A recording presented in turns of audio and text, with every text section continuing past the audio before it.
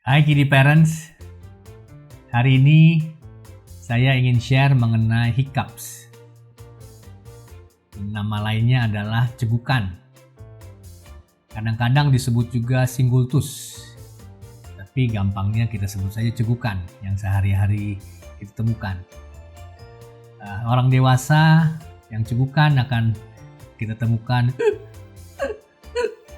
yang berasa cegukan. Ternyata anak-anak bayi juga sering mengalami cegukan. Bahkan yang mengherankan, cegukan juga dialami oleh janin yang di dalam kandungan dalam 3 bulan pertama ke 3 bulan kedua juga mengalami cegukan, dan puncaknya di trimester ketiga atau 3 bulan yang ketiga. Nah, kenapa demikian? Diduga keadaan ini karena bayi perlu latihan untuk pernapasannya, jadi dia cegukan. Apa itu cegukan? Cegukan itu adalah gerakan yang mendadak dari diafragma. Di dada kita ada bagian yang memisahkan rongga dada dan rongga perut yang disebut lapisan diafragma. Dia terjadi kejutan yang mendadak karena ada rangsangan dari saraf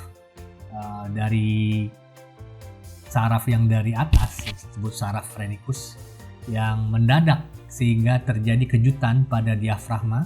Diafragma akan dengan cepat mendadak dia akan turun ke bawah, menyebabkan paru tertarik dan terjadi letupan di daerah pita suara yang menimbulkan suara yang disebut suara hiccup tadi atau suara cegukan.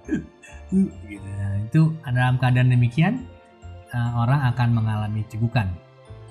Bayi yang baru lahir juga kita bisa temukan cegukan, terutama karena adanya gastroesophageal reflux di samping penyebab-penyebab yang lain.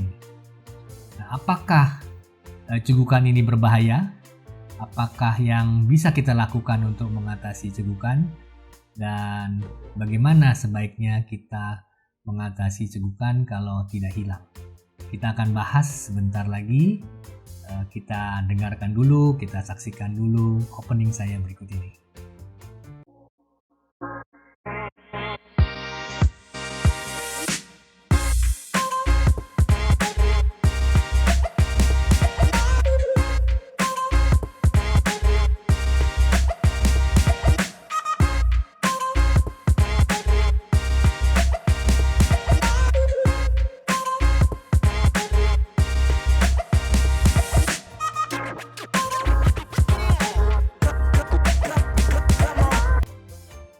Mam, kita lanjutkan lagi mengenai cegukan. Kita sudah tahu kenapa terjadi cegukan, tetapi penyebab cegukan ini bermacam-macam. Pada umumnya, 80% cegukan ini karena ada kelainan di saluran cerna, dari pipa lambung, di lambung, atau di saluran cerna yang sesudah itu. Bisa terjadi karena reflux, bisa terjadi karena adanya ulkus di lambung atau tukak lambung, atau kelainan-kelainan di saluran cerna. Tetapi ternyata penyebabnya juga bisa dari susunan saraf pusat, misalnya tumor, atau juga di saluran yang organ THT ya, telinga, hidung, dan tenggorok. Misalnya ada kotoran di telinga yang menyumbat, itu kadang-kadang bisa menyebabkan cegukan. Keadaan-keadaan di saluran pernapasan, di kelainan-kelainan di pernapasan juga bisa menyebabkan cegukan. Nah, pada umumnya cegukan bisa hilang sendiri dalam waktu kurang dari 48 jam atau 2 hari. Nah, kalau belum hilang dalam 48 jam, baru ini cegukan yang kita sebut yang persisten, yang terus-menerus, yang perlu diwaspadai, perlu dibawa ke dokter. Nah, kalau terjadi cegukan di bawah 48 jam, apa yang bisa dilakukan? Para ahli sudah meneliti dari sejak 100 tahun yang lalu bahwa cegukan bisa dihilangkan dengan cara-cara sederhana. Sebagian orang tua kita sudah tahu, misalnya dengan cara mengejutkan anak. Anak dikejutkan, "Hei!" sehingga anak terkejut dan dia hilang cegukannya, diharapkan demikian. Cara lain bisa dengan cara menahan napas. Disuruh tarik napas dalam, lalu tahan napas, tahan selama mungkin yang tahan. Bisa juga demikian. Juga ada cara lain, misalnya dengan memberi minum. Anak diberi minum dengan syarat dia menahan napas pada saat minum. Dia minum sampai habis tanpa bernapas. Nah, orang tua kadang-kadang, dulu orang tua saya suka kasih juga pisau di dalam gelasnya disuruh minum. Ini dengan tujuan supaya kita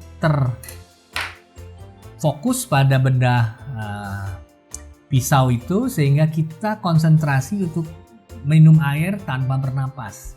Ada juga ahli yang menganjurkan minum, kalau biasanya kita minum dari sebelah sini, mereka anjur minuman dari sebelah sini. Jadi bunganya kembali begini, sehingga waktu minum nggak boleh bernapas juga.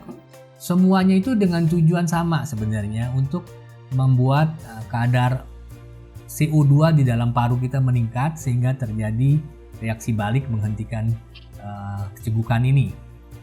Dan ada lagi cara-cara lain, yaitu dengan cara menelan butiran-butiran es, atau juga cara menutup telinga sambil minum, sedot minuman sambil tutup telinga tanpa bernapas.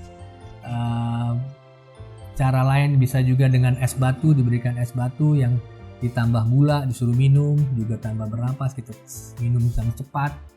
Nah, cara-cara ini bisa digunakan untuk cegukan yang terjadi kurang dari 48 jam.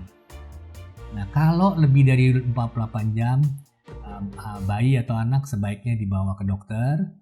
Juga orang dewasa perlu dibawa ke dokter untuk dicari penyebabnya. Mungkin ada penyebab lain yang lebih serius, yang bukan hanya karena hiccups biasa, bukan karena cegukan biasa.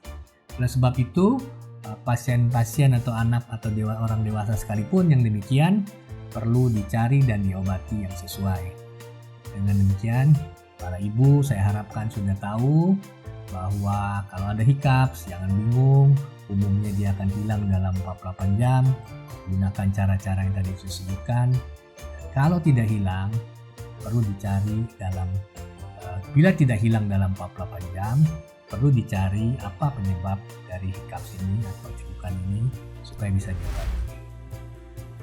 Terima kasih sudah mengikuti informasi di channel saya.